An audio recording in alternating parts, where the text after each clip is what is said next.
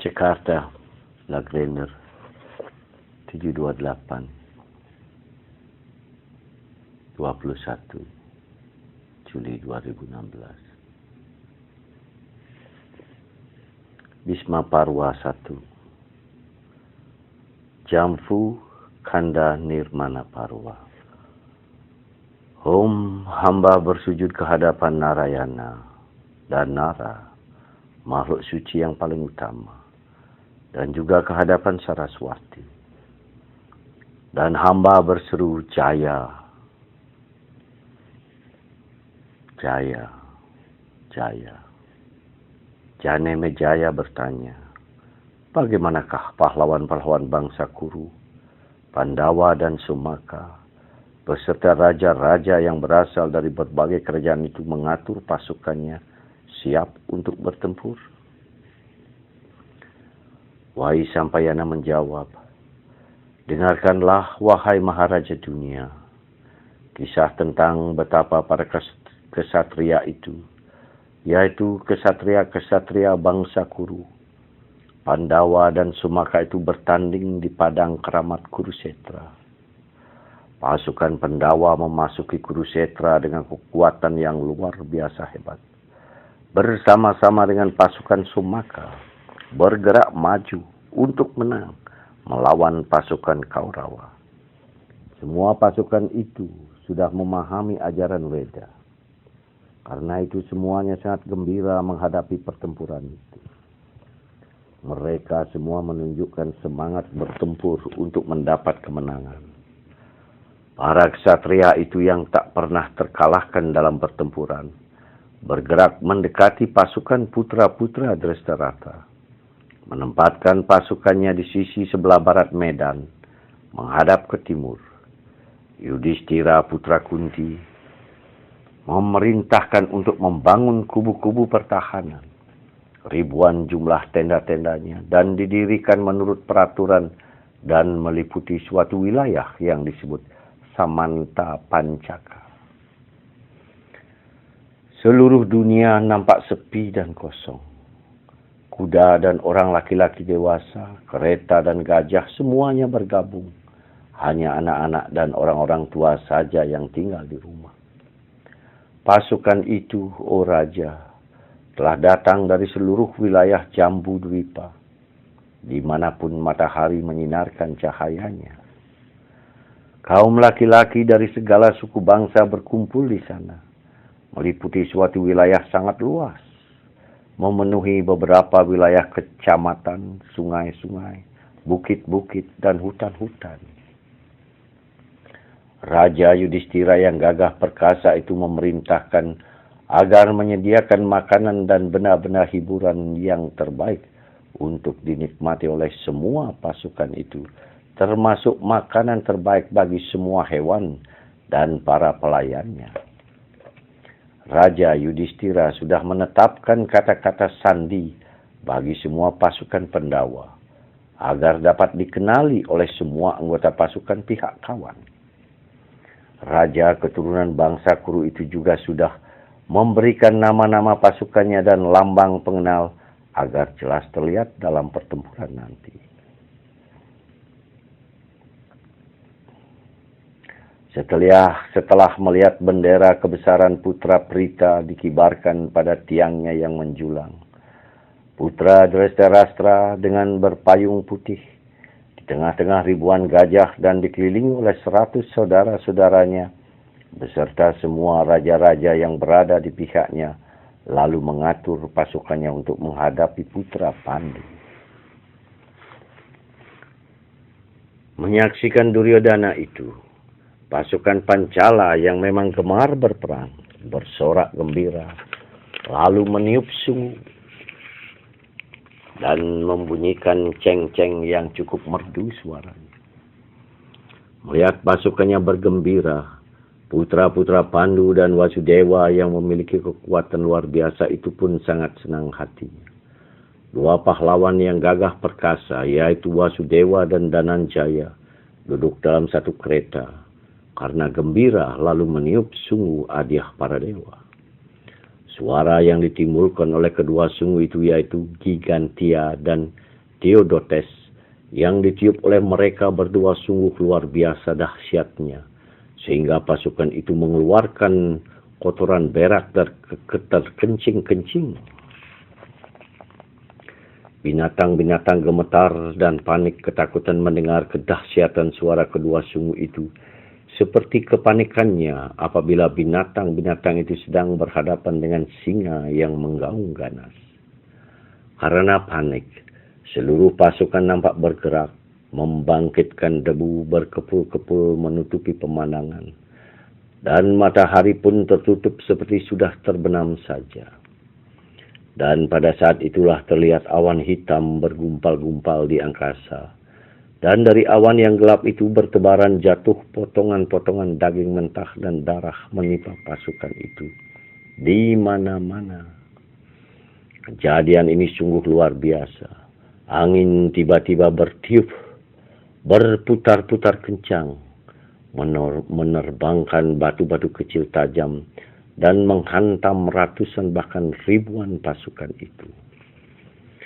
Meskipun demikian, dan kejadian itu, kedua pihak pasukan yang bermusuhan itu masih bersorak-sorak gembira, berdiri siap bertempur di medan Kurusetra, ibarat dua samudra yang bergelora. Sebenarnya lah kedua pasukan yang berhadap-hadapan itu nampak mengagumkan seperti dua samudra yang berpapasan pada akhir yuga. Di bagian dunia yang lain nampak sepi dan kosong. Hanya anak-anak dan orang tua saja tetap tinggal di rumah, terutama karena besarnya jumlah pasukan Korawa itu. Setelah siap semuanya, para pemimpin bangsa Kuru, Pandawa dan Somaka berunding untuk menetapkan perjanjian serta peraturan-peraturan pertempuran yang berlaku bagi setiap jenis pasukan. Dua pasukan yang berhadapan, yang sama jenis perlengkapan dan persenjataannya harus saling bertempur secara jujur. Apabila kedua pihak sudah bertanding dengan jujur, keduanya dapat mengundurkan diri tanpa mendapat gangguan lagi. Hal itu pun sudah cukup memuaskan kita. Mereka yang berjuang mengandalkan kemampuan bersilat lidah harus pula ditandingi dengan kata-kata saja, bukan dengan senjata. Anggota pasukan yang mengundurkan diri tidak boleh dibunuh. Seorang pahlawan kereta harus dihadapi oleh pahlawan kereta pula. Penunggang gajah berhadapan dengan lawan sejenisnya. Pasukan berkuda menghadapi pasukan berkuda, dan pejalan kaki berhadapan dengan pejalan kaki. Setiap penyerang harus memikirkan hal-hal seperti pantas atau tidak, juga kemauan, keberanian, dan kekuatannya sendiri. Dan setiap mulai menyerang harus memberi isyarat agar yang diserang berada dalam keadaan siaga untuk menerima serangan. Tidak seorang pun diperbolehkan menyerang lawan yang tidak siap atau dalam keadaan ketakutan. Selanjutnya, tidak boleh menyerang lawan yang sedang sibuk menghadapi tandingannya, sedang kembali ke markasnya, sedang mengundurkan diri, tidak bersenjata lengkap, dan senjatanya belum terhunus. Juga tidak boleh menyerang kusir kereta, kuda penarik kereta, atau pengangkut senjata. Orang-orang pembawa dan pembagi senjata, pemukul genderang dan peniup sungu. Setelah memutuskan perjanjian dan peraturan pertempuran, para Kaurawa, Pandawa, dan Somaka saling memandang, saling meneliti serta menduga-duga kekuatan lawan. Setelah siap pada kubu-kubu pertahanan masing-masing yang sudah diatur sesuai dengan rencana dan siasat, para pahlawan yang semuanya gagah perkasa itu lalu bergembira, yang nampak jelas dari sinar wajah mereka yang berseri-seri.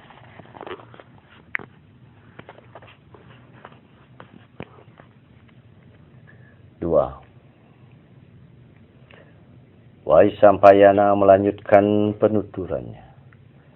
Melihat kedua pasukan yang bermusuhan itu telah siap siaga di sisi sebelah timur dan sebelah barat medan, pertanda bahwa pertempuran hebat itu akan berlangsung.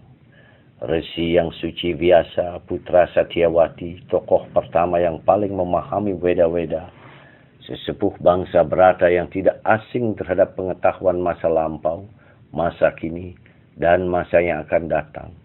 Karena tidak ada satupun masalah yang tidak diketahuinya dengan jelas. Lalu mengucapkan kata-kata berikut ini, yang ditujukan khusus kepada Raja Drestaratra, putra Wicitrawirya, yang pada saat itu sangat sedih mengenangkan politik jahat putra-putranya. Resi Vyasa berkata, "Oh Raja, saat terakhir bagi putra-putra Anda dan juga bagi banyak raja-raja yang lain sudah tiba. Mereka akan saling membunuh dalam pertempuran. Saatnya kini telah tiba dan semua mereka akan tewas. Sadarilah semua perubahan yang dibawa oleh waktu.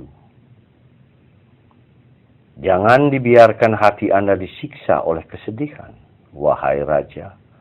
Apabila Anda ingin menyaksikan betapa mereka melibatkan diri dalam pertempuran, aku dapat memberikan Anda penglihatan.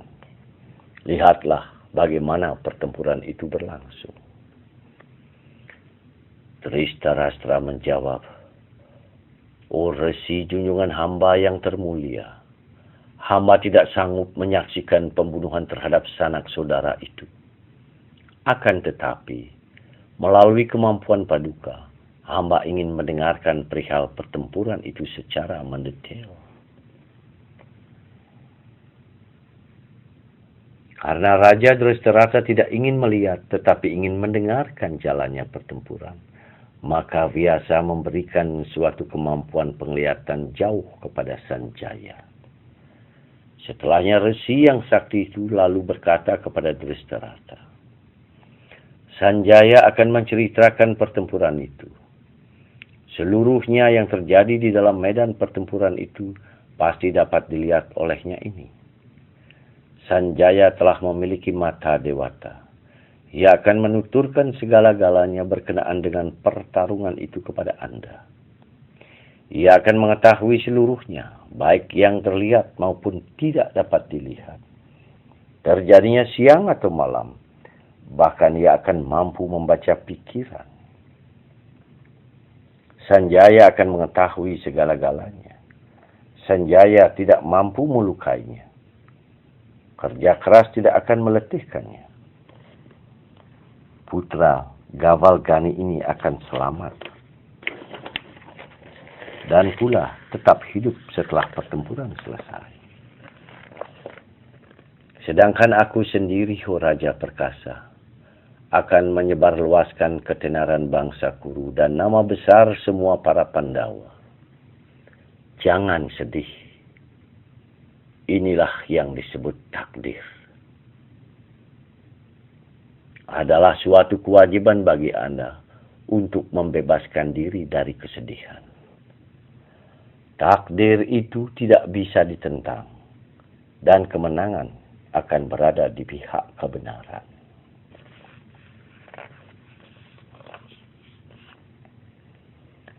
Selanjutnya Resi Vyasa, pertapa suci sesepuh bangsa Kuru itu mengucapkan kata-kata sebagai berikut. "Oh Maharaja, pembunuhan akan berlangsung secara besar-besaran dalam peperangan ini. Aku sendiri sudah memperhatikan tanda-tanda alam yang bertalian dengan malapetaka ini.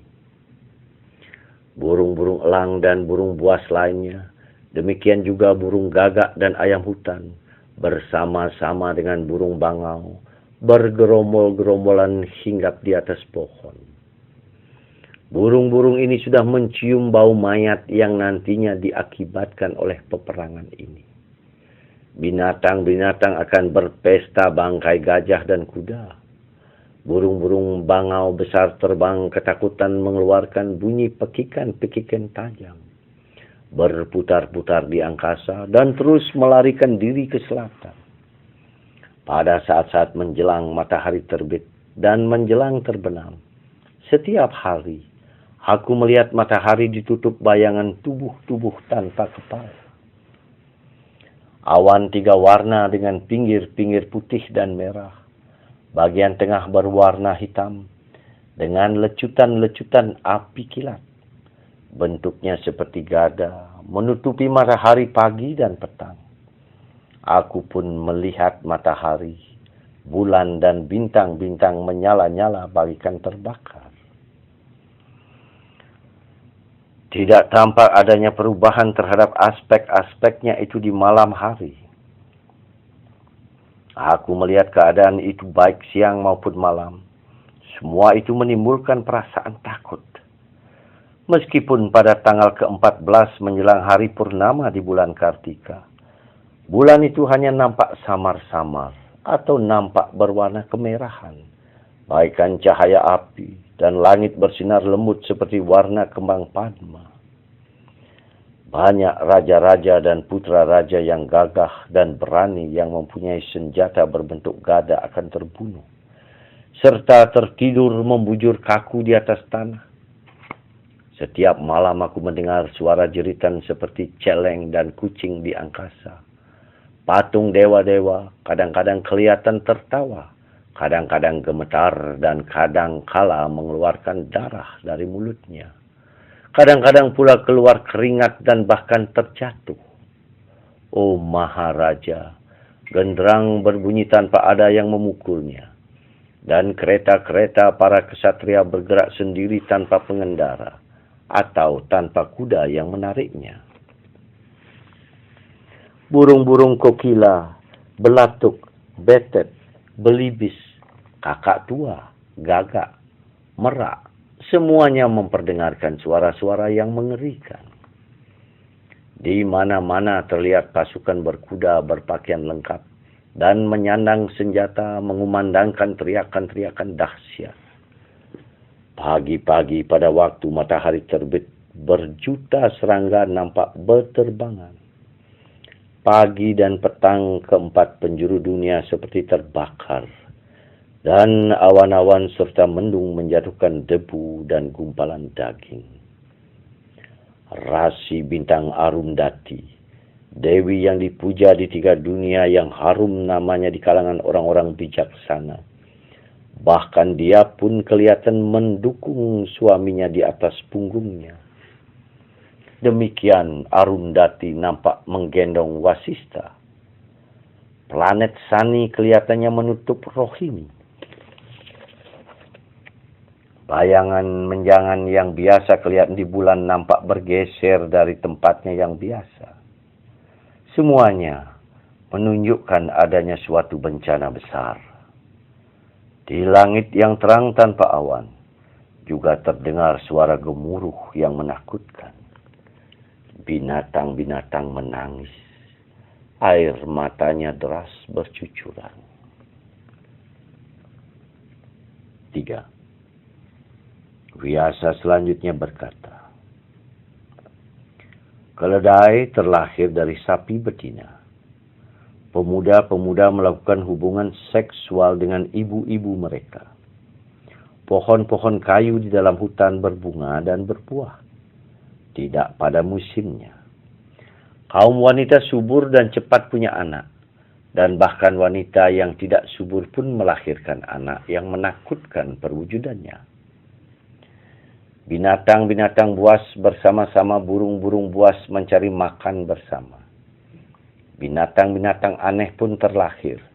Ada yang bertanduk 3, bermata 4, berkaki 5, beralat kelamin 2. Ada pula yang berkepala 2, berekor 2. Ada yang bentuk giginya sangat mengerikan. Dan mulutnya terbuka lebar, mengeluarkan pekikan-pekikan kotor. Itu semua merupakan pertanda buruk. Kuda terlahir berkaki 3, berjanggar, bergigi 4 dan bertanduk. Oh Raja, di kota ini saya pun sudah banyak istri Brahmana melahirkan garuda dan burung-burung merak. Kuda betina melahirkan anak sapi dan anjing-anjing betina melahirkan serigala. Dan selanjutnya, ayam, kijang serta burung-burung betina melahirkan serigala.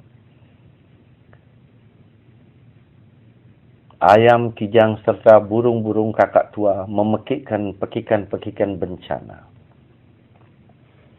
Beberapa wanita melahirkan 4 atau 5 anak-anak perempuan kembar dan anak-anak tersebut seketika lahir lalu menari, bernyanyi dan tertawa. Apabila kelompok orang-orang yang paling hina suka tertawa, menari dan bernyanyi, maka dapat dibayangkan akibat-akibatnya yang buruk itu. Anak-anak kecil seolah-olah didorong oleh roh maut, menyenangi permainan serta gamar-gamar bersenjata. Dan mereka bermain perang-perangan dengan sesama mereka. Kembang padma dan berjenis-jenis bakung tumbuh di atas pohon. Angin selalu bertiup kencang dan debu mengotori udara tak habis-habisnya. Gempa bumi tak pernah berhenti. Dan matahari pun jarang bersinar terang. Planet berwarna putih ketu. Setelah melewati gugus bintang Citra, lalu tidak bergerak lagi. Semua tanda-tanda alam ini secara khusus berarti kehancuran bagi bangsa Kuru.